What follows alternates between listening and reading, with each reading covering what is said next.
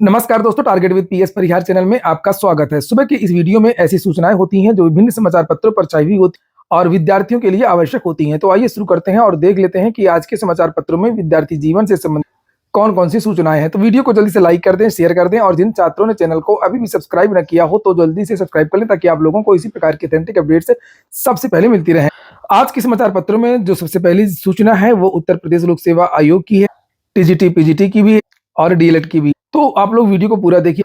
आगे बढ़ने से पहले एक सूचना है उन विद्यार्थियों के लिए जो विद्यार्थी किसी भी प्रतियोगी परीक्षा की तैयारी कर रहे हैं। वे सभी अभ्यर्थी टेक्स्ट बुक किस बेस्ड ऑफर का लाभ ले सकते हैं, जिसका नाम है सपनों की उड़ान। 14 और 15 2 दिन के लिए ये ऑफर था। आज इसकी लास्ट डेट है। इनका एक ईयरली पास हुआ करता है जिसमें आप लोगों को 1 साल के लिए सभी भर्तियों के मॉक टेस्ट ऑनलाइन देने को मिलते हैं, जिसका नाम है पास प्रो। और इसी पास से जो ईयरली पास है, आप लोग किसी भी भर्ती यानी SSC, bank, railway, UPSC, UPSC, BPSC सभी भर्तियों के जो मॉक टेस्ट है वो दे सकते हैं। इस पास प्रो की जो कीमत है वो इसमें मात्र 439 रुपए कर दी गई है। और अगर आप परचेज करेंगे और एक कोड लगा देंगे TWP तो आप लोगों को इसमें भी 12% की एक्स्ट्रा छूट मिल जाएगी। लिंक मैंने इसके डिस्क्रिप्शन बॉक्स में दे दी है। मॉक टेस्ट की संख्या लगभग 80,000 है। 800 से ज्यादा भर्तियां कवर की गई हैं। 12 से अधिक भाषाओं में मॉक टेस्ट इसमें उपलब्ध है। सबसे पहले बात कर लेते हैं पुलिस कांस्टेबल भर्ती की। ये विद्यार्थी बहुत दिन से ये मुझको पत्र भेज रहे हैं, ये देख सकते हैं आप लोग। और इन विद्यार्थियों की बहुत सारी समस्याएं हैं आंसर की को लेकर के। इन विद्यार्थियों का कहना है कि जो उत्तर प्रदेश पुलिस भर्ती बोर्ड ने आंसर की जारी की है, रिवाइज्ड आंसर की जारी की है, उसमें भी बहुत सारे प्रश्नों में विवाद है, बहुत सारे आंसर में विवाद है, बहुत सारी विसंगति है। और ये विद्यार्थियों ने अब निर्णय लिया है कि ये विद्यार्थी इसको कोर्ट में चैलेंज करेंगे, क्योंकि पुलिस भर्ती बोर्ड इसमें कोई भी बदलाव नहीं कर रहा है। यहाँ पर लिखा है कि सिपाही भर्ती 2023 के भर्तियों का कहना है कि इसमें अभी भी बहुत सारी विसंगतियां हैं, भले ये फाइनल आंसर की हो, जिसकी भर्ती बोर्ड को सुधारने की जरूरत है। भर्ती बोर्ड के अनुसार 25 प्रश्नों के त्रुटिपूर्ण होने के कारण प्रश्नों को निरस्त किए जाने का निर्णय लिया गया है, जबकि निरस्त किए गए बहुत सारे प्रश्नों के एक उत्तर सही है। जो प्रश्न सही है उनको हटा दिया गया है और जो गलत है उनको रखा गया है। नीचे लिखा है कि जिस 20 प्रश्नों के एक से अधिक विकल्प सही हैं, उनमें से तमाम प्रश्न निरस्त होने योग्य हैं तथा कई प्रश्नों के एक विकल्प सही है। जिन 16 प्रश्नों के उत्तर विकल्पों में परिवर्तन किया गया है उसमें तमाम प्रश्नों के उत्तर में विसंगतियां पाई गई हैं और उन प्रश्नों के बारे में भी जानकारी दी गई है कि कौन कौन से प्रश्न विवादित है। जैसे हिंदी वर्णमाला में स्वरों की संख्या कितनी है, हेड मास्टर के उपसर्ग के बारे में जानकारी दी गई है, अचल का संभिनार्थक शब्द दिया गया है और 15वां क्वेश्चन है कौन सा वाक्य गलत है। और नीचे इसी तरीके से लिखा 25 अगस्त के फर्स्ट शिफ्ट में प्रश्न संख्या 110, प्रश्न संख्या 21 को सही नहीं किया गया है। 23 अगस्त की फर्स्ट शिफ्ट में 2 प्रश्न सही नहीं किया गया है, जो सही था उसे कैंसिल कर दिया गया है। इस प्रकार जो अंतिम उत्तर कुंजी भर्ती बोर्ड द्वारा जारी की गई है उसमें भारी विसंगति है।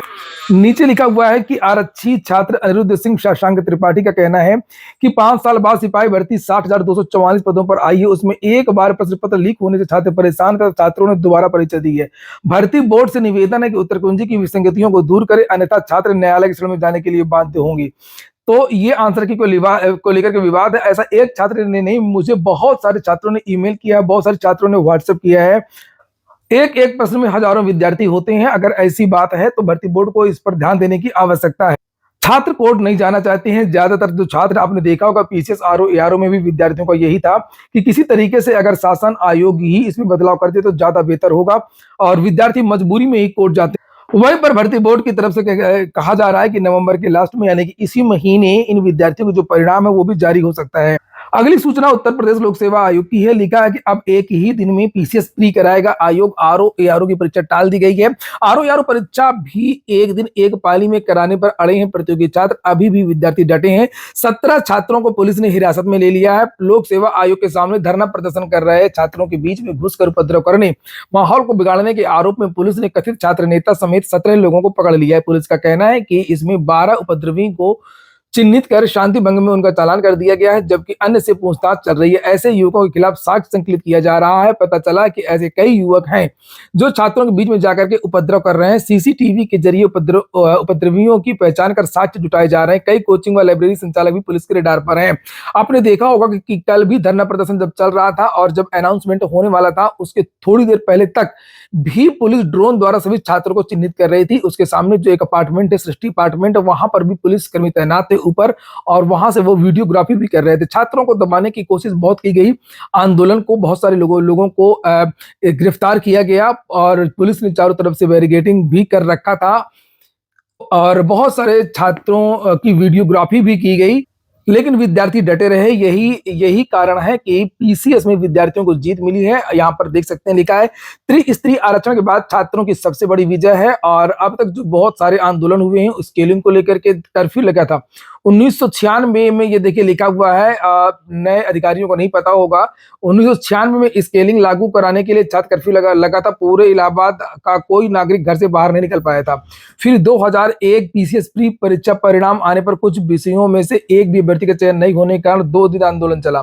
2006 में स्वास्थ्य शिक्षा अधिकारी को लेकर के धरना हुआ। 13 और 16 में अनिल यादव के कार्यकाल में त्रिस्तरीय आरक्षण और भ्रष्टाचार के विरुद्ध आरक्षण को लेकर के बहुत बड़ा आंदोलन हुआ था प्रयागराज में। इसकी सीबीआई जांच के लिए भी आंदोलन हुआ था। और उसके बाद में फिर आरओ पेपर लीक को लेकर के भी आंदोलन हुआ था मार्च में 2024 में, इसी साल। और इसी तरीके से ये भी एक बड़ा आंदोलन हुआ। पर भले पीसीएस में बदलाव कर दिया गया है और शासन बैक फुट पर आ गया है, लेकिन ये आज सुबह की तस्वीरें हैं यहाँ पर उत्तर प्रदेश लोक सेवा आयोग की। और ये विद्यार्थी आज भी धरना प्रदर्शन कर रहे हैं आरओ। पीसीएस के लिए 10 किलोमीटर में केंद्र की बाध्यता भी समाप्त कर दी गई है। ये आप लोग यहाँ पर देख सकते हैं देर रात में, ये देखिए। और 1 दर्जन छात्र हिरासत में लिए गए। देर रात को ये छात्र छोड़ भी दिए गए हैं। और लिखा, आयोग के सामने धरने के चौथे दिन गुरुवार को पुलिस ने 1 दर्जन छात्रों को हिरासत में लिया। पुलिस के मुताबिक मेडिकल के बाद देर रात को उन्हें छोड़ दिया गया। उधर छात्रों का कहना है कि आशुतोष पांडे को पुलिस ने नहीं छोड़ा है और आंदोलन खत्म करने का दबाव बनाया जा रहा है। बुधवार को पुलिस ने 3 छात्रों को जेल भी भेजा था। पीसीएस के लिए तो पहले ही छूट दे दी गई थी। पता नहीं इसको पीसीएस में क्यों लागू कर दिया, ये सोचने वाली बात है। पीसीएस को तो पहले भी नियमावली में नहीं रखा गया था।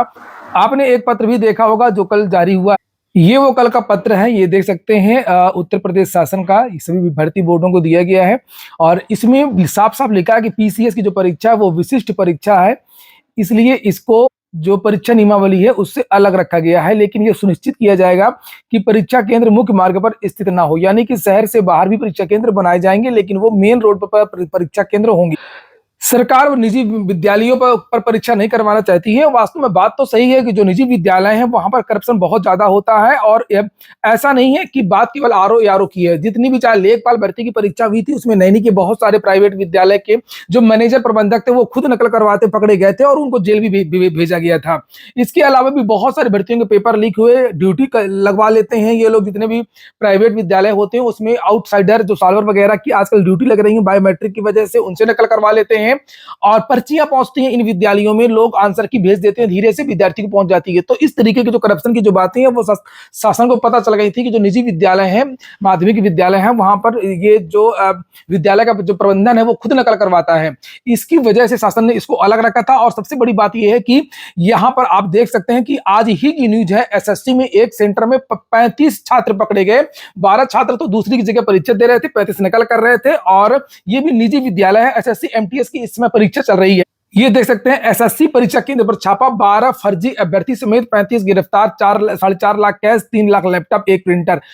और साल्वर को बदल देते हैं बायोमेट्रिक करवाने के बाद में। ये एक सिस्टम चलता है यहाँ पर, जितने भी ये जो ऑनलाइन सेंटर है जहां पर कई शिफ्ट में परीक्षा होती है, तो वहां पर क्या होता है कि पहले बायोमेट्रिक जांच होती है, उसके बाद में परीक्षा देने को मिलती है। तो जब बायोमेट्रिक जांच होती है तो ये जो प्राइवेट विद्यालय होते हैं वहां पर जिस विद्यार्थी की परीक्षा होती है वही विद्यार्थी बायोमेट्रिक कर देता है, फोटो खिंचवा लेता है, फिर क्लासरूम में जो अंदर जाता है यहीं पर खेल करके जो सॉल्वर को भेज दिया जाता है वो पूरा सॉल्व करता है और इसको कहीं बाथरूम के रास्ते से कहीं दूसरे रास्ते से इसको बाहर कर दिया जाता है। इस तरीके से जो ये एसएससी एमटीएस में जो धांधली है वो हो रही थी, इसकी बहुत सारी चर्चाएं भी निकल करके आ रही थी। इसी बीच में यहाँ पर लिखा है कि कर्मचारी चयन आयोग की एमटीएस परीक्षा के दौरान शहर के एक केंद्र पर धांधली का खुलासा हुआ है। पुलिस ने गुरुवार को ऑनलाइन परीक्षा केंद्र पूर्णिया डिजिटल एग्जामिनेशन सेंटर, ये प्राइवेट विद्यालय पूर्णिया डिजिटल एग्जामिनेशन सेंटर पर छापा मार करके 12 फर्जी अभ्यर्थी समेत 35 लोगों को गिरफ्तार किया गया है। उत्तर प्रदेश में जब दरोगा भर्ती की परीक्षा हुई थी उसमें भी इसी तरीके की जानकारियां मिली थी कि एक मिनट में इन प्राइवेट विद्यालयों ने नकल करवाई थी विद्यार्थियों को और 1 मिनट में विद्यार्थी 60 70 क्वेश्चन को सॉल्व किया था। जो जब परफॉर्मेंस चार्ट देखा गया था, जब चेक किया गया था, जब विद्यार्थियों ने बड़ा आंदोलन किया था, तब ये बातें समझ में आई थी। कभी ये लोग स्क्रीन शेयर कर देते हैं, बाहर से बैठे दूर से बैठे विद्यार्थी जो है उसको सॉल्व कर देते हैं, सॉल्वर के द्वारा सॉल्व करवाया जाता है। तो बहुत सारी चीजें होती हैं प्राइवेट विद्यालय में। जितने भी ऑनलाइन एग्जाम्स होते हैं आपने देखा भी होगा कि उसमें बहुत ज्यादा कट ऑफ जाती है, तो उसमें एक और रास्ता मिल जाता है। ऑनलाइन में बहुत सारे रास्ते नकल करवाने के। तो सरकार ने, ऐसा नहीं है सरकार की मंशा गलत नहीं थी, सरकार की मंशा यही थी कि किसी भी तरीके से अब नकल ना हो, पेपर लीक ना हो, कुछ भी ना हो। बात केवल पेपर लीक की नहीं होती है, नकल कई तरीके से होती है प्राइवेट विद्यालयों में। पुलिस ने मौके से ये सब बातें यहाँ पर लिखी है, लेकिन मेन बात ये है कि इसमें हो क्या रहा था उसके बारे में यहाँ पर ये आगे जानकारी दी गई। आप लोग वीडियो को लाइक कर दें, शेयर कर दिया करें। यहाँ पर लिखा एसपी कार्तिकेय शर्मा, एसपी कार्तिकेय के शर्मा ने बताया कि गिरफ्तार आरोपियों में 7 कर्मचारी भी हैं। वहीं की मिली भगत होती है, बिना मिली भगत के आदमी कैसे स्क्रीन दूसरी जगह शेयर कर सकता है? उसकी लिंक तो भेजनी पड़ेगी ना। एनी डेस्क एक आता है सॉफ्टवेयर, वो सॉफ्टवेयर उसमें डाल देते हैं तो पूरे के पूरे स्क्रीन दूसरी जगह घर पे दिखने लगती है। बहुत सारे सॉफ्टवेयर हैं, एनी डेस्क ही नहीं, बहुत सारे सॉफ्टवेयर हैं इस तरीके के जो क्लोन भेज देते हैं दूसरी जगह, या जो जब सर्वर बदलते हैं परीक्षा केंद्र में उसमें भी मैनेजमेंट का हाथ होता है। यही लिखा है यहाँ पर। इसके अलावा 12 फर्जी परीक्षार्थी के साथ में वैसे परीक्षार्थी भी शामिल हैं जिनके बदले में परीक्षा दी जा रही है। मामले में कर्मचारी चयन आयोग के उड़नदस्ता टीम की भूमिका संदिग्ध है, इसकी जांच की जा रही है। और हो सकता है कि एसएससी के कर्मचारी भी मिले हों। और यहाँ पर लिखा है कटिहार का रोशन है सरगना, 10.5 लाख में थी डील, और यही सब बातें यहाँ पर लिखी हैं। ऐसे हुआ खुलासा, पुलिस ने सूचना पर बताए सेंटर पर छापेमारी की तो वहां 12 फर्जी धरा गए। छानबीन में फर्जी छात्रों को बायोमेट्रिक मिला। अरे जब एग्जाम दूसरा दे रहा था तो कैसे मिलान होगा? बगल के भवन में 12 मूल अभ्यर्थी और 2 अन्य परीक्षार्थी मौजूद थे।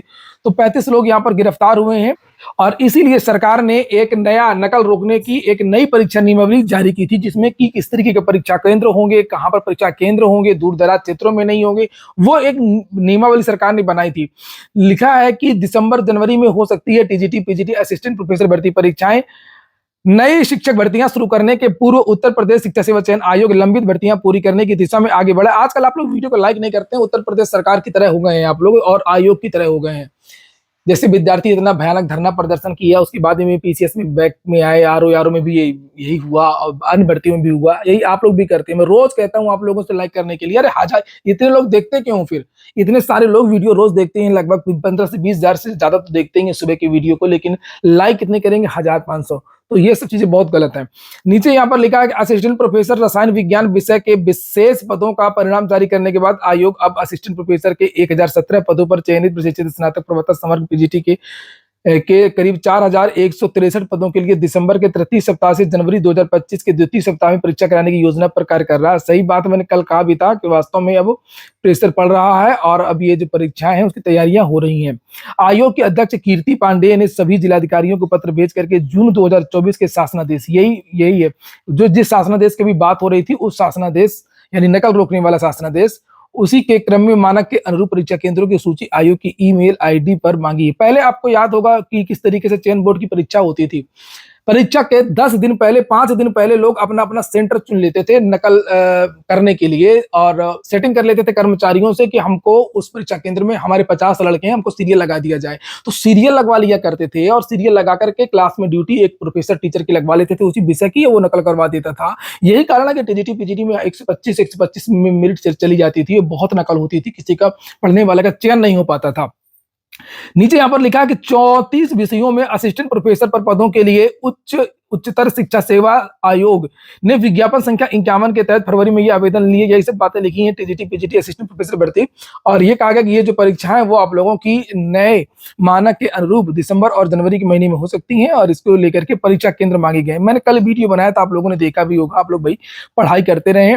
देखने वाली बात है कि टीजीटी पीजीटी ये सभी परीक्षाएं हो सकती हैं या केवल असिस्टेंट प्रोफेसर भर्ती की परीक्षा हो सकती है। तैयारियां तो चल रही। मुख्य सेविका के बारे में भी लिखा है कि मुख्य सेविका के 126 पदों को रिक्त रख 2693 के परिणाम जारी करें, कोर्ट ने कहा है।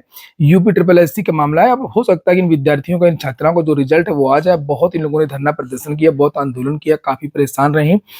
इसमें एक पुरानी मुख्य सेविका थी संविदा कर्मी, और वो कई दिनों से काम कर रही थी यहाँ पर। और लिखा है अनीता सिंह वाला एक मामला था, लिखा है, और वो कोर्ट गई थी कि इतने दिन से वो कार्यरत है, उसको नियमित कर दिया जाए परमानेंट। तो इस बीच में यूपी ट्रिपल एससी का विज्ञापन भी जारी हो गया। तो अगर ये भर्ती कंप्लीट हो जाती तो फिर पद समाप्त हो जाते, तो वो कोर्ट चलेगी। इसीलिए कोर्ट ने कहा कि 126 पदों को रोक दिया जाए और बाकी पर रिजल्ट जारी कर दिया जाए। और साथ में कोर्ट ने वेतन की भी बात की है। यहाँ पर उन याचिकाकर्ताओं का जो वेतन है वो रोक दिया गया था। राष्ट्रीय स्वास्थ्य मिशन में भर्ती भी आई है 226 पदों पर, जिसे आप लोग यहाँ पर देख सकते हैं।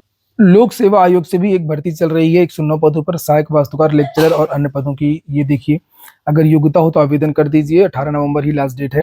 वहीं पर एलटी के विद्यार्थियों के लिए खुशखबरी है। लिखा है 6 साल बाद माध्यमिक शिक्षकों की तैनाती का रास्ता साफ होगा। शासन ने 500 चयनित अभ्यर्थियों से ऑनलाइन विकल्प लेकर के नियुक्ति करने के निर्देश दिए हैं। पुरानी भर्ती की बात हो रही है, एलटी 2018 में आई थी।